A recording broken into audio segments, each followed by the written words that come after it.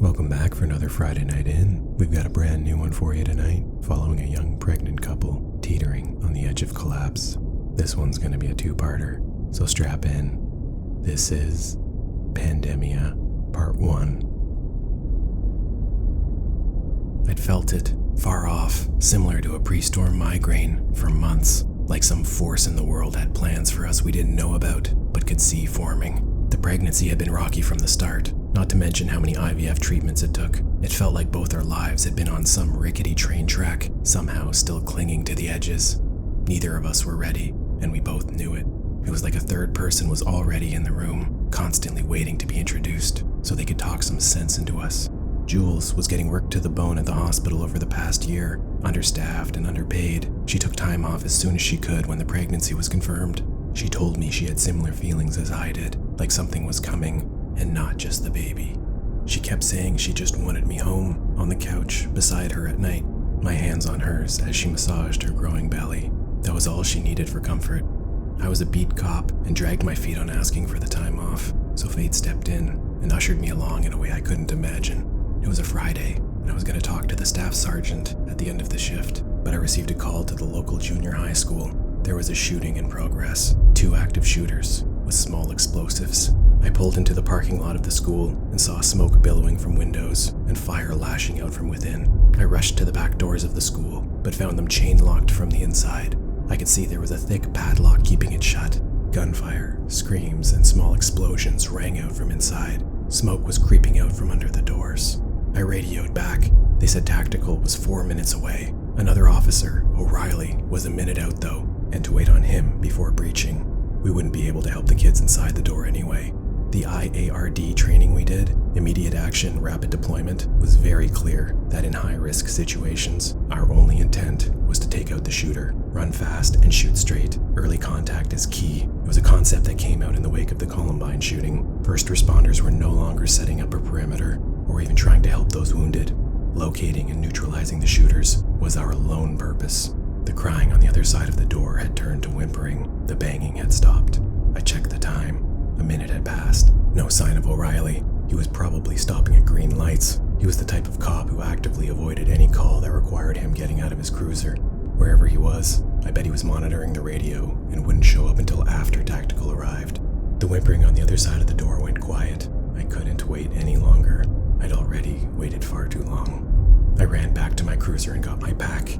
Bolt cutters, pry bar, additional vest to protect from their high-powered rifles. I speared the pry bar into the meshy window. The glass cubed away, but I had to tear through the thick metal netting. Smoke poured out and all the sounds of the horrors inside came rushing up to meet me. I could barely see inside, but managed to find the padlock and snapped it with the bolt cutters. I yanked the door open, and 2 tiny bodies spilled out. They'd been the ones pressed against the door, whimpering. They were gone now.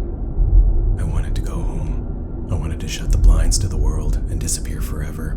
It would be so easy to just turn back now, wait for tactical since O'Reilly must have gotten lost. A scream pierced out from inside and pulled me back to the doorway to hell. I could see more bodies, hazy through the smoke.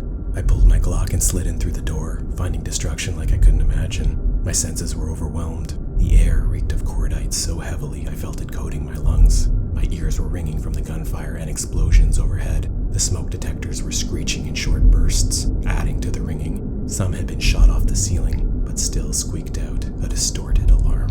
And the walls, the ones I could see, looked like they'd been painted red.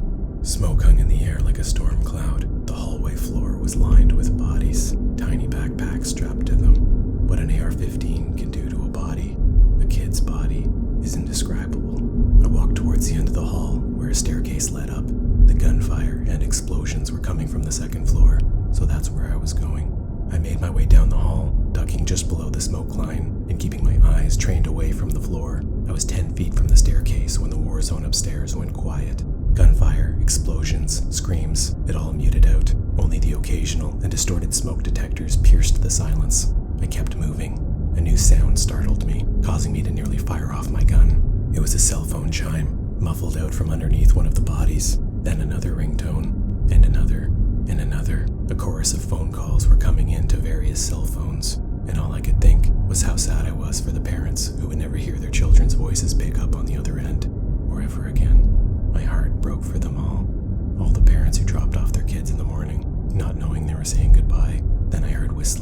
Laughter, joking and talking. 2 voices, males. They were coming down the staircase. I took a knee to the left of the stairs and trained my Glock on the stairway entrance. I was off to the side just enough they wouldn't see me until after I'd seen them. The laughing got closer, echoing down the halls. The whistling started again. He was reciting the tune of Pop Goes the Weasel. My finger rested on the trigger. I was ready. The laughing and whistling harmonized together now to the same tune, echoing louder and closer. I trained my gun at head level. No, chest level. 2 in the chest. Put the first one down, then the second. But what if there's a third? Footsteps hit the last row of stairs. 2 sets of footsteps. Only 2. My gun was hair-triggered on the entryway. Pop Goes the Weasel got louder, more disturbed. 2 shadows appeared in the entrance. My finger hovered on the trigger, but didn't pull. Then they appeared in the doorway. Both had been dressed in skeleton print suits and carried chest kits and ammo vests with additional handguns to accompany their modified ARs. They both appeared to be late teens, but I couldn't see their faces.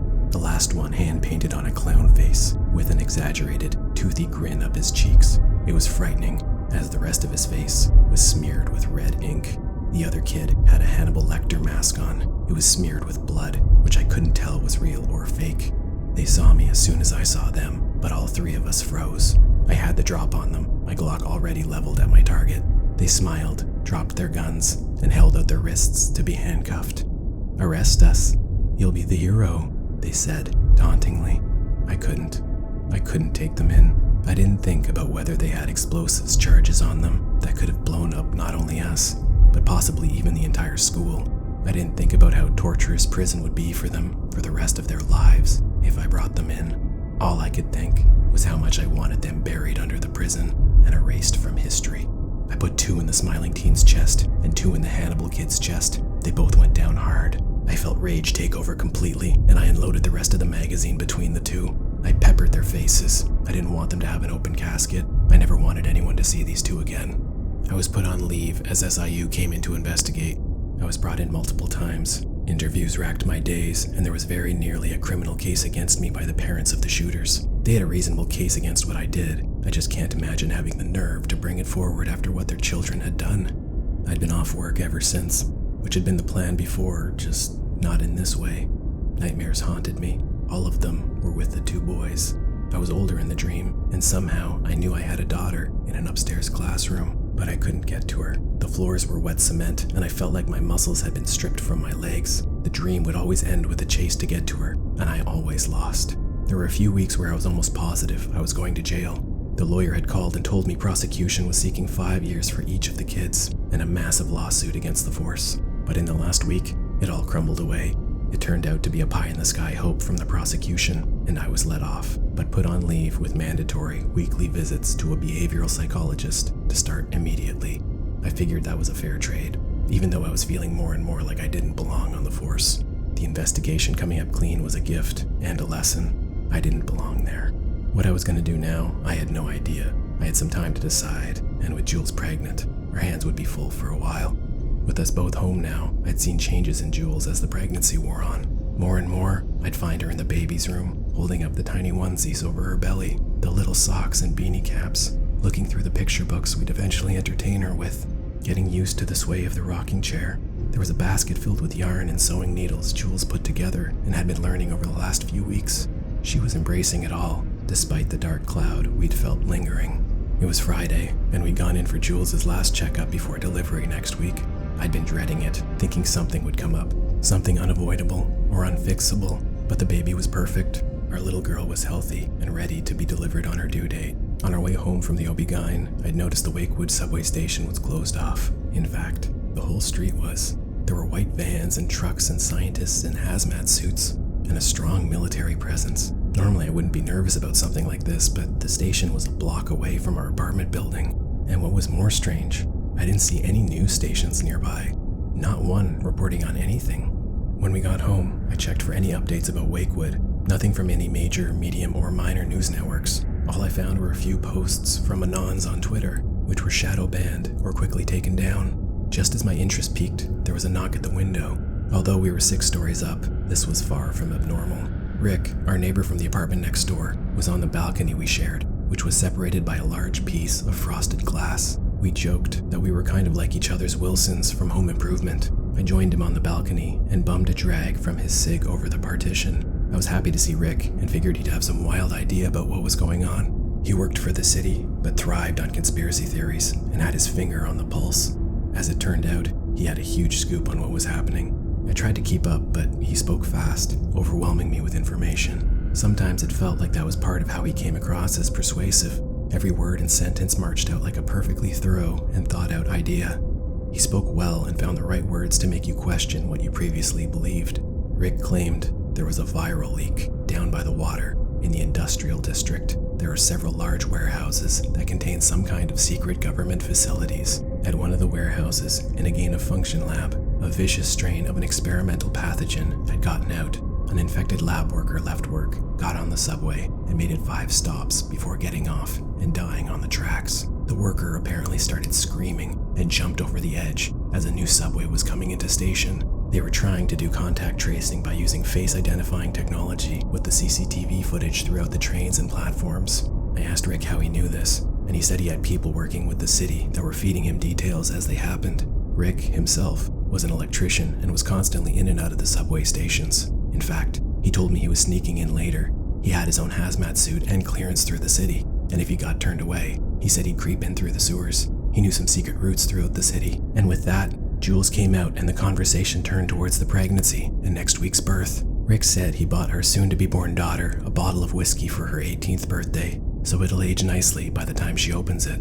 Jules and Rick went on, but I kept thinking about what Rick said about Wakewood Station. It all seemed scary and true. He'd been persuasive again, and I felt anxiety creeping back in. During dinner, the speaker we were using to listen to Spotify turned off. I checked my cell but found no bars. Jules checked hers and it was the same. Our wireless router wasn't picking up any signals. I turned on the TV, and every channel had the same thing on a bright yellow screen. It was a warning. The downtown core was under strict and immediate lockdown. No one was to leave their homes under any circumstances. We were to leave the TV on for further instructions. As they came, Jules and I were in disbelief, her more than I. I was thinking back to the conversation with Rick and how much more sane it was sounding. I wanted to see what he thought about all this, but when I banged on the wall we shared with him, I got nothing back. That meant Rick was there, in the subway systems, either discovering what was happening or being discovered. I looked out the window and peered into other apartment buildings. They were all filled with the yellow lights from the TV screen warnings. Everyone was staring, helplessly, at the same thing. This was real. We talked about going to our neighbors down the hall, or on other floors, and see if they'd heard anything, but we decided to stay inside for the night and watch a Blu-ray. We wanted to get our minds off of what was happening and towards the excitement of next week, but it was impossible. We went to bed early, but just laid there. We were spooning, and I knew she was awake too. Our hands were in their nightly spot, linked together on top of her pregnant belly. I could feel the baby moving around most nights, but tonight was interrupted by knocks at the window in the living room. It was Rick. He was back. I went out to meet him on the balcony. He was panicking, covered in sweat like he'd just run a marathon, which seemed at least half right. He'd gotten into the subway station, and he'd heard things. As he started, I was noticing how sweaty he'd gotten. He was coughing, his nose was running. If whatever he was talking about was a virus, he looked to have the most common symptoms. I asked him to calm down and speak slowly. He took a breath and laid it out. Rick claimed he was wrong, kind of, and that it wasn't a biochemical medical lab in the warehouses. It was a series of testing facilities for advanced particle accelerators. A defense contractor had built a groundbreaking new hadron collider to test the limits of cosmic acceleration and dark matter. It started with the creation of microscopic quantum black holes, but they'd been pushing the accelerator further, its reach far exceeding our known laws of nature, of reality. Something came out of one of the black holes before the accelerator was shut down. The CDC had been brought in quickly to contain and study. What they discovered was something like a virus. At least, that's how they were referring to it. But it wasn't like anything anyone had ever heard of. It was both physiological and psychological. It was being referred to as PANDEMIA 115. It appeared that when you became infected, it started with a migraine, chills, a fever. Then the hallucinations start. You'll hear things first, see things, and it will keep pushing them on you. The virus comes in 3 waves of those over the course of a 9-hour lifespan. It operated by latching into our nervous systems and adrenal glands, feeding off our naturally occurring cortisol spikes during fear responses. The hyper-intelligent virus finds our most personal, fear-inducing thoughts and supercharges them, strengthening itself as we grow weaker. In the end, the virus burns the host out with a fever of 115, and what was worse, It had an 80% infection fatality rate. Rick went into a hacking, coughing fit, which he then blamed on too many cigarettes, but it didn't look like that. It looked like his body was trying to fight something off and was losing. I was getting more nervous. Whether or not the Hadron Collider thing was accurate or not, there was some kind of virus or bacteria that caused a massive citywide lockdown, and good or bad, Rick was our only current source of information. A spotlight hit our balcony from below, and yelling from a megaphone bellowed up from the street. Voices ordered us back inside, under threat of immediate arrest. I rushed in and right into Jules. She'd been there at the doorway to the balcony, listening. We ducked down and shut the door. The spotlights turned off, and the eerie stillness of the quiet downtown returned. Jules and I whispered to each other. She told me she'd heard most of what Rick said, and it all sounded crazy. I agreed, but something was happening. Footsteps and movement came from the stairs down the hall. I heard more orders being barked. Then, boards being put up against the doors, nail guns firing off.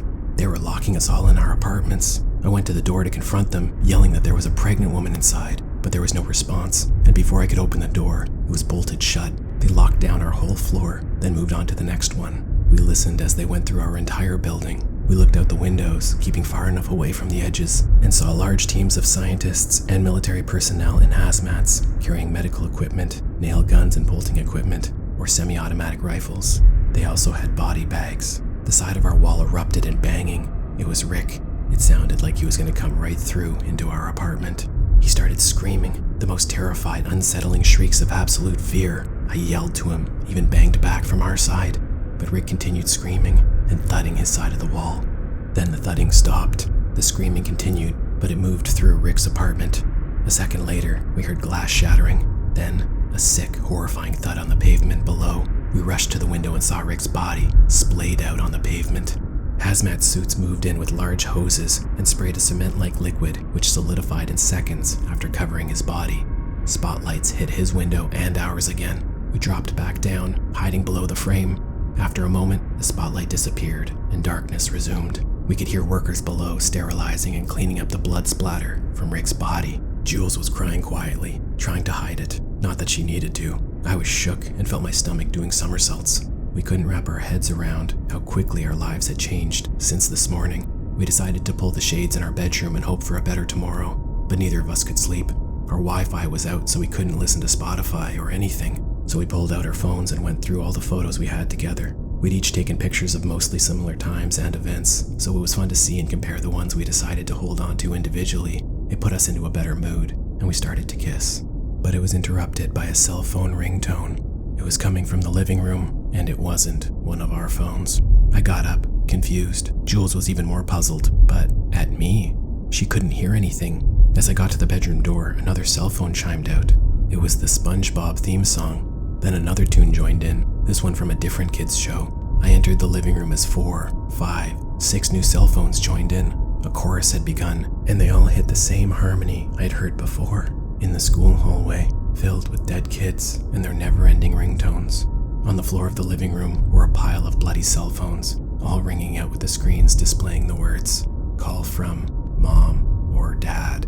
Jules sided up next to me, worried. She didn't hear the cell phones or see them.